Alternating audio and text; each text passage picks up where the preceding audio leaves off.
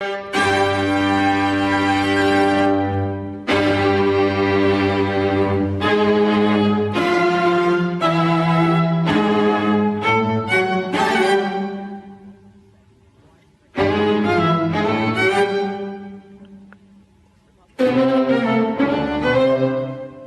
back to World Crisis Radio. So again, all reasons to oppose Obama are good reasons. On this program, we want to emphasize above all, what can we say, the New Deal case against Obama, that he's a Wall Street puppet. He's not a socialist. He's a Wall Street puppet. And he is now the warmonger, the butcher of Afghanistan, who turned control of the whole U.S. war policy into the hands of the neocon Petraeus and the neocon clique, and he set himself up for destruction, but that won't help us, right? We'll be left here when Obama is gone, and all the people who essentially get destroyed in this war policy. And similarly for the sellout to Wall Street that has occurred overnight. Let's take another one. We have Joe Barton, the whole right-wing argument, right? Joe Barton says that we have to apologize to BP for the shakedown. This is a dog and pony show. That wasn't a shakedown. That was a cynical tactic to cap the liability of BP at $20 billion, whereas the original estimates had gone way beyond that. It was a way to say to BP, give us $5 billion a year for the next 4 years, and you're off the hook for everything else in terms of liability. And you see Feinberg, you want to get money from Feinberg, you've got to sign a waiver that you won't sue. It's just like 9/11. That fund was to protect the airliners and to protect the owners of the office building complex and all the rest of it. The Barton position, by the way, is the position of the GOP study group, the right-wing Republicans in the House. It's the position of Limbaugh, of William Kristol, and the rest of them. Rand Paul says that to criticize BP is anti-American. Well, I'm sorry. That's a totally different view than I have. The 19th century populists that we've got to look back to and learn something from were totally anti-Wall Street, totally anti-City of London. Go back and read the Omaha points of 1890 of the Populist Party.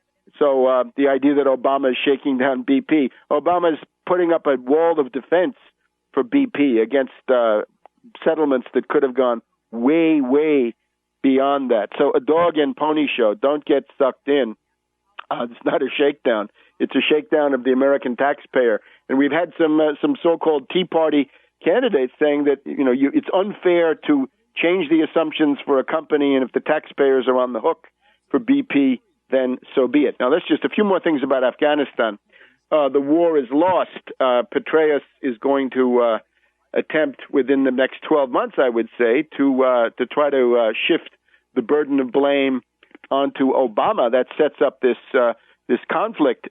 The NATO coalition, remember, one of the reasons he had to appoint Petraeus is because this is not just a U.S. operation. It goes to Anders Fogh Rasmussen, NATO Secretary General. You've got 46 countries over there. You've got to cater to them. So if you're going to shock them by firing McChrystal over these silly remarks, then you're going to have to come up with somebody new. So who's acceptable to all of them? Well, Petraeus. Part of it is the NATO coalition. But again, Lisbon, November, NATO summit.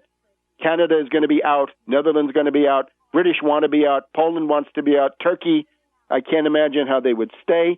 Karzai is attempting to make a deal with the Taliban. Karzai is way on the road to becoming a Chinese asset. He's also very friendly to Iran. This is all quite natural.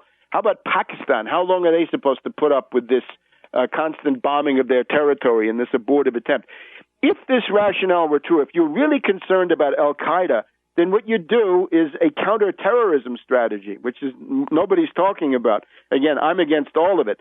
But counterterrorism would be to say you're worried about camps. Well, keep an eye out for camps. If any camps are created, bomb them, and you'll make sure that no more 9/11s will be planned. Oh, my God, what a mythological morass this gets you into. 9/11, of course, a provocation coming from the bowels of the U.S. intelligence community, not from a cave.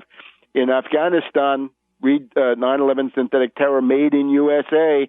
Interestingly enough, on this topic, But they don't do that. What they're doing is counterinsurgency, coin, right? The coinistas. And McChrystal was the counterinsurgency man, and Petraeus wrote the book on counterinsurgency. That means you're fighting the Taliban. Why are you fighting the Taliban? A bunch of low-grade local guerrillas, right? Thieves, whatever they are, right? A whole congeries of different groups. Absolutely makes no sense. So the Republicans have blocked this jobs bill. That was supposed to be $20 billion or so to save the jobs of 300,000 school teachers. It's not going to happen at the moment.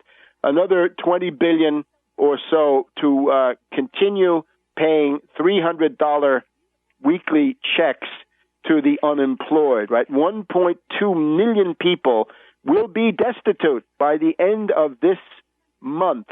You're going towards the situation that we had in 1933 when Harry Hopkins had to come in and hire 4.3 million Americans in the Civil Works Administration and Federal Emergency Relief Administration, CWA and FERA, at the end of 1932.